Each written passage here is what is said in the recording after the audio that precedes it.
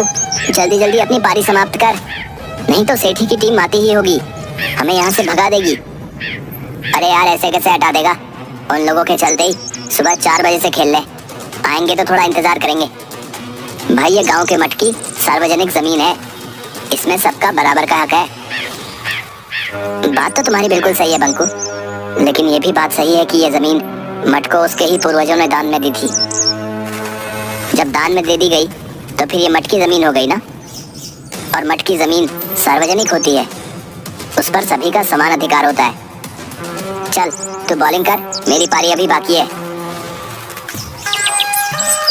बंकू अपनी टीम के साथ खेल रहा था, तभी सेठी अपनी टीम के साथ वहां पर खेलने पहुंचा।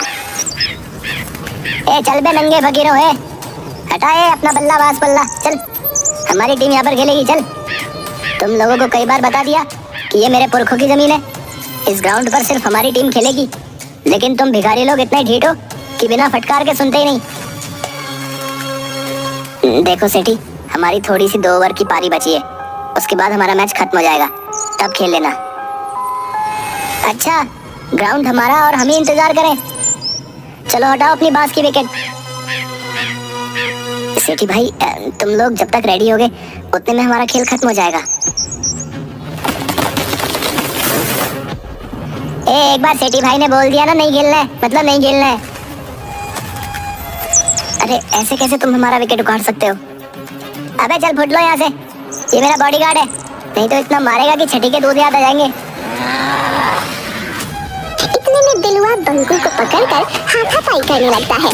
जल्द ही हाथापाई भीषण लड़ाई में बदल जाती है। सेठी के गुंडे सब मिलकर बंकू और उसकी टीम की जबरदस्त पिटाई कर देते हैं। बंकू की नाक से खून निकलने लगता है। रही सही कसर घर पहुंचने पर उसके पिताजी रतन निकाल देते हैं। क्या जरूरत थी है उन बड़े लोगों के बिगड़ैल बेटों के मुंह लगने की? उनके बाप दादा की जमीन है, वहाँ वो खेलते हैं, तो तुम्हें वहाँ जाने की क्या जरूरत? उनके बाप दादा की नहीं, वो मठ की जमीन है, और मठ की संपत्ति का सार्वजनिक उपयोग होता है, ना कि निजी। तुम मुझे कानून बताओगे हैं? क्यों जी, जब देखो आप बंकू को ही डांटते रहते हैं, चाहे बंकू सही हो या गलत, मठ की जमीन सभी के लिए है। तभी दरवाजे पर पुलिस दस्तक देती है। सेठ करोड़ीमल ने आपके बेटे के खिलाफ उनके बेटे से मारपीट करने के लिए थाने में शिकायत लिखवाई है। आप दोनों बाप बेटे को आज शाम को थाने में इंस्पेक्टर तोंडे ने बुलाया है। इसी तरह की सूचना हवलदार झंझोर सिंह भीमा, पंडित ज्ञानचंद, बट्टू, कलवा सभी लोग हड़बड़ाए हुए रतन के घर पहुंचते हैं। रतन, अरे ओ रतन, अभी मेरे घर पुलिस आई थी, शाम को थाने बुलाया है। भीमा, मेरे घर भी हवलदार आया था, शाम को हमें भी थाने बुलाया है। अलबत्ता यहाँ पर जितने लोग हैं सभी के घर पर पुलिस पहुंची थी। तभी यहाँ इतनी भीड़ लगी है, तो अब क्या होगा? मैंने तो पहले भी इन लोगों को समझाया था कि ये सब बड़े लोगों का खेल है। अरे हम लोगों का खेल है कुश्ती, गुल्ली डंडा, कबड्डी, लट्टू, कंचे। इसके लिए कोई बड़े मैदान की जरूरत नहीं होती, लेकिन ये लोग मानते ही नहीं। अब लो भुगतो। अरे हमने भी समझाया था बंकू को कि शुरू से ही मैदान पर उन लोगों का कब्जा रहा है। ऐसा नहीं कि हम लोगों ने मैदान को उनके कब्जे से मुक्त कराने का प्रयास नहीं किया, लेकिन हर बार हमें मुंह की खानी पड़ी। वैसे देखा जाए तो बच्चों की मांग जायज है, हम सबको सरपंच जी के साथ जाकर थानेदार को बताना चाहिए। लेकिन सरपंच जी भी तो लालची हैं, करोड़ीमल उन्हें भी खरीद लेगा। सच्चाई को कोई नहीं खरीद सकता, और यही विश्वास हम गरीबों को ढांढस बनाता है। सभी सरपंच हुकुमचंद के पास पहुंचते हैं। अरे आज क्या बात है भाई, सभी लोग एक साथ हमारे यहाँ आए हैं? गांव में कुछ बड़ी घटना घटित हुई है क्या? हाँ सरपंच जी, कुछ ऐसी ही बात है। गांव के बच्चे मठ के मैदान में जाकर क्रिकेट खेलते हैं, लेकिन करोड़ीमल का बेटा सेठी अपनी टीम के साथ मिलकर गांव के सारे लड़कों को भगा देता है। ऐसा क्यों? उस मैदान पर तो सभी खेल सकते हैं। सेठी मठ की जमीन पर अपने पूर्वजों का हक जताकर सिर्फ अपनी टीम के साथ खेलता है। कल इन्हीं सब बातों को लेकर गांव के बच्चे और सेठी की टीम में झड़प हो गई। आज हमारे यहाँ नोटिस आया है कि हम सभी को थाने पर थानेदार ने शाम को बुलाया है। शाम को करोड़ी मल और सरपंच सहित गांव के लोग थाने पर पहुंचते हैं। हाँ देखो भाई, पहली बात तो मैं कानून को किसी को भी हाथ में लेने की इजाजत नहीं दूंगा। दोनों पक्षों की बात सुनने के बाद मुझे सेठी की बात जायज लगती है। उसके टीम को राज्य स्तर पर खेलने के लिए प्रैक्टिस करनी जरूरी है, अतः मठ के मैदान का सेठी ही उपयोग करेगा। ये कैसे कह सकते हैं कि सेठी की टीम ही अच्छी खेलती है और वही मैदान में प्रैक्टिस करेगा? बंकू की बातों में दम है। अरे सेठी के पास सभी चीजें हैं, bat, ball, wicket, gloves, helmet, pad, guard, Jersey है। इन्हें हम सभी लोग रोज खेलते हुए देखते हैं। गांव के बच्चे उनका मुकाबला कर ही नहीं सकते। ठीक है, तो अगले रविवार को क्यों ना हम लोग सेठी की टीम और बंकू की टीम का एक मैच करवा लें। जो जीतेगा वही मठ के मैदान में खेलेगा। हाँ भाई, क्या कहते हो सेठी? हमें ये चैलेंज मंजूर है। हमें भी मंजूर है। ठीक है, तो अगले रविवार को सेठी और बंकू की टीम के बीच मुकाबला होगा। जो जीतेगा मैदान पर आगे वही खेलेगा। तब तक जैसी स्थिति है वैसा ही रहेगा। लेकिन बंकू की टीम प्रैक्टिस कहाँ करेगी? वो सब मैं नहीं जानता। रविवार तक यथास्थिति ही रहेगी।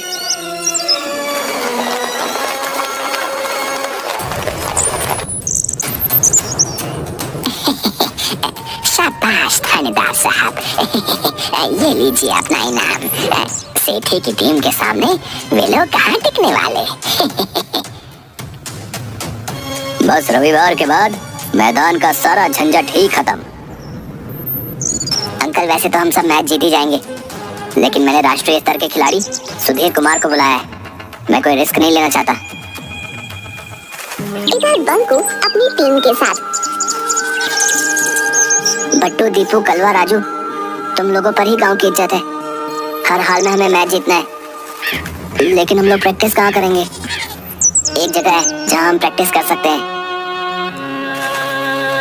कहाँ कहाँ ऐसी जगह है जहाँ हम क्रिकेट की प्रैक्टिस कर सकते हैं? अभी तो सभी खेतों में अनाज ही लगा है। गांव के बाहर नदी किनारे वाला वीरान कब्रिस्तान। नहीं बाबा, सुना है वहाँ के बरगद के पेड़ पर भूतों और अतृप्त आत्माओं का वास है। हमें याद रखना होगा कि हिम्मत मर्दा तो मदद खुदा। हम सभी को दिल मजबूत कर हिम्मत के साथ प्रैक्टिस करनी होगी। हमारे पास वक्त बहुत कम है। दूसरे दिन से सेठी मठ की जमीन पर अपनी प्रैक्टिस स्टार्ट कर देता है। दूसरी तरफ बंकू अपनी टीम के साथ गांव के बाहर वीरान कब्रिस्तान में अपनी प्रैक्टिस जारी रखता है। बट्टू, तुम कीपिंग करोगे। राजू, तुम स्लिप पर रहोगे। कलवा, तुम्हारा थ्रो बहुत अच्छा है, तुम लॉन्ग लेग बाउंड्री पर रहोगे। नहीं, लॉन्ग लेग बाउंड्री पर भूतों वाला बरगद का पेड़ है, मैं नहीं जाऊंगा वहाँ। ठीक है, वहाँ पर मैं रहूंगा। इसी तरह से दोनों टीम अपनी अपनी प्रैक्टिस जी जान से करते रहते हैं। आज शनिवार था। दोनों टीमें सुबह सुबह ही अपने अपने ग्राउंड में पहुंच चुकी थीं। दोस्तों, पिछले 5 दिन से हम लोग प्रैक्टिस कर रहे हैं। कल हमारा फाइनल दिन है। हमें अपनी जी जान लगाकर हर हाल में मैच जीतना है। हम जो गलतियां पिछले 5 दिनों से करते आए हैं उन्हें दोहराना नहीं है। चलो बट्टू, बैटिंग करो। मेरी गुगली से बचकर दिखाओ, गिल्लियां बिखेर दूंगा। ठीक है, पहले बॉल तो फेंक, बाउंड्री पार नजर आएगी। ये ले बच। बट्टू लॉन्ग लेग में जोरदार छक्का लगाता है। वाह बट्टू, लंबा छक्का। अरे ये तो पेड़ पर चली गई। भाई, शाम भी हो गई, अब बॉल कौन निकालेगा? सभी लोग बॉल निकालने और न निकालने के असमंजस में रहते हैं। भाई, 6:30 बज गए, रात हो गई। मैं तो जा रहा हूँ, मुझे भूतों से डर लगता है। हाँ यार, डर तो हमें भी लगता है। रुक, मैं भी चलता हूँ। एक एक कर सभी चले गए। कब्रिस्तान में सिर्फ बंकू और दीपू रह गए थे। अरे यार, आज पूर्णिमा की चांदनी रात है। दीपू, तू नीचे रुक, मैं पेड़ के ऊपर चढ़कर बॉल खोज कर लेके आता हूँ। ठीक से चढ़ना। पेड़ के ऊपर गधैया भूत और भटूरिया भूत आपस में बातें कर रहे थे। अरे ये कौन हमारे पेड़ पर चढ़ा आ रहा है भाई? किसकी शामत आई है? लगता है अभी जो नीचे बच्चे खेल रहे थे उन्हीं में से कोई ऊपर आ रहा है। शायद उन्हें हमसे डर नहीं। अभी बताता हूँ बच्चों को। अरे अरे अरे अरे अरे, ऐसा नहीं है। पहले जान तो लो कि वो क्यों इतनी रात में अपनी जान जोखिम में डालकर यहाँ आ रहा है। ठीक है। कौन हो तुम? ऊपर कैसे आ गए भाई? तुम्हारी इतनी हिम्मत? दीपू जो अभी तक हिम्मत रखे हुए था वो भूत की आवाज सुनते ही बिना पीछे देखे भाग गया। बंकू डरते हुए सारी बात भटूरिया और गधैया को बताता है। तुम सही कह रहे हो लड़के। इन्हीं के पूर्वजों ने हमें मारकर दफन कर दिया था। डरो मत बच्चा, हम तुम्हारे साथ हैं। जहाँ न्याय होगा मैं तुम्हारे साथ रहूंगा। अब आप लोगों को लोग बदमाश बोलते हैं। अरे असली बदमाश तो करोड़ीमल, सेठी, हुकुमचंद और थानेदार टोंडे जैसे हैं। ठीक है, कल का मैच हम लोग भी देखने आएंगे। याद रखना, सिर्फ तुम हमें देख बस सुन सकते हो। दूसरे दिन मैच के मैदान में दोनों टीम पहुंच जाते हैं। थानेदार टोंडे अंपायरिंग करते हैं और हवलदार झंझोर सिंह कमेंट्री। नमस्कार दोस्तों, मैं झंझोर सिंह संताजपुर के मठ के मैदान से आपको लाइव कमेंट्री सुनाने के लिए उपस्थित हूँ। पूरा मैदान खचाखच भरा हुआ है। आज एक तरफ सुसज्जित बहुत ही सुंदर जर्सी में सेठी की टीम और दूसरी तरफ पतले दुबले टीमहीन नंगे पाँव वाले मंगलिए कपड़े पहने बंकू की टीम मैच खेलने को तैयार है। ये देखिए, टॉस जीतकर सेठी ने पहले बल्लेबाजी का निर्णय लिया है। भाई वो तो सुधीर कुमार लग रहा है। वो राष्ट्रीय स्तर का खिलाड़ी है। बंकू तुम इसका विरोध करो। सर ये राष्ट्रीय स्तर का खिलाड़ी सुधीर कुमार हमारे गांव से नहीं है। देखो बंकू, प्यार और जंग में सब जायज है और ये भी एक जंग है। अगर तुम अपनी हार मान लो तो वॉक ओवर दे देता हूँ। नहीं, आखिरी क्षण तक हम लड़ेंगे।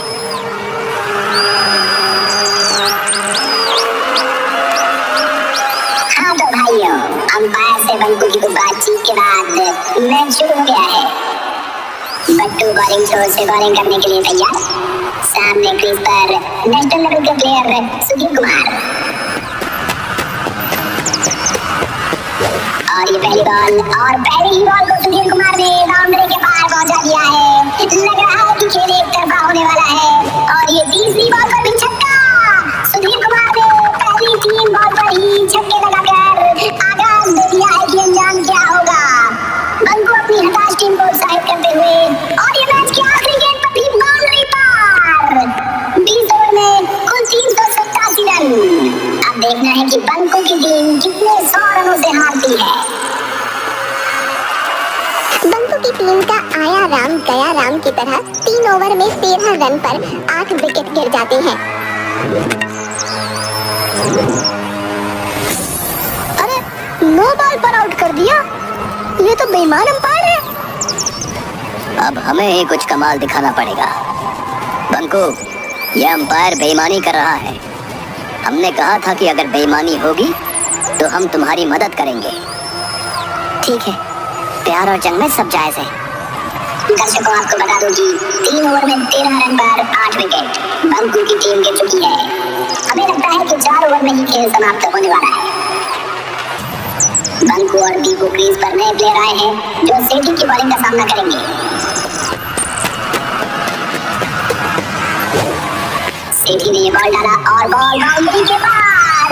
वाह, बंकू की टीम का ये पहला छक्का। दूसरी बॉल सेठी की और फिर बॉल मैदान के बाहर। लगता है बंकू कुछ देर दिखने वाला है और ये तीसरी गेंद भी छक्का। बंकू की ओर से कमाल कर दिया गया है। अरे अब तो लगता है कि छक्कों की बारिश शुरू हो गई है। दोनों तरफ से छक्कों की रफ्तार। पिछले 4 ओवर में एक भी रन दौड़कर नहीं बनाया गया है। चौके और छक्के ही लगे हैं। 4 ओवर में 120 रन की रिकॉर्ड साझेदारी। स्कोर 7 ओवर में 113 33 रन 8 विकेट पर। समझ में नहीं आ रहा कि क्या किया जाए। लगता है हम मैच हार जाएंगे। अरे ऐसा नहीं है, अभी भी 254 रन 13 ओवर में चाहिए। हमें इस जोड़ी को तोड़ना होगा। गधैया अंकल, आप हर बॉल को पकड़कर बाउंड्री पार जाकर छोड़ देते हो, कहीं हमारी चालाकी पकड़ी ना जाए। अरे तुम बस नजारा देखो। सेठी और सुधीर कुमार आपस में मंत्रणा करने के बाद फिर से तैयार। सुधीर कुमार बॉलिंग छोर से और दूसरी ओर दीपू ने गेंद को उछाल दिया है और बाउंड्री पर दिलवा ने कैच पकड़ लिया है। लेकिन अरे ये क्या, दिलवा तो पीछे ही जा रहा है और बाउंड्री के ऊपर गिर गया। टेक्निकली ये 6 रन और बंकू के खाते में गए। गधैया भूत भाई, इतनी बेईमानी भी ठीक नहीं। अरे अंपायर से पूछो, प्यार और जंग में सब जायज है। बंकू की टीम जीत से अब सिर्फ 12 रन दूर। अगली बॉल बहुत अच्छे बंकू ने रोक दी है, लेकिन ये क्या, सुधीर कुमार ने बॉल पकड़ के बाउंड्री की ओर फेंक दी और ये गेंद की ओवरथ्रो के माध्यम से 4 रन। अगली बॉल बंकू के बैट से टच करते हुए सीधा कीपर के हाथों में और ये 9वां विकेट। लेकिन ये क्या, कीपर के हाथों से बॉल निकलकर सीधे बाउंड्री पार। असंभव, अकल्पनीय, अद्भुत। मैंने अपने 40 वर्षों के इतिहास में ऐसा चौका पहली बार देखा है।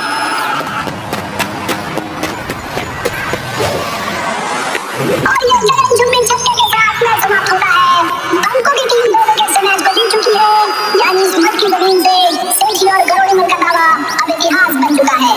अब इस मैदान पर गांव के सभी बच्चे खेलने के लिए स्वतंत्र हैं। गांव के सभी लोग दौड़कर बंकू और उसकी टीम को कंधे पर उठाकर मैदान के चारों ओर चक्कर लगाते हैं और जयकारे लगाते हैं। बंकू गधैया भूत और भटूरिया भूत को बरगद के पेड़ की ओर जाते हुए देख रहा है। बंकू की आंखों से लगातार खुशी के आंसू निकल रहे थे।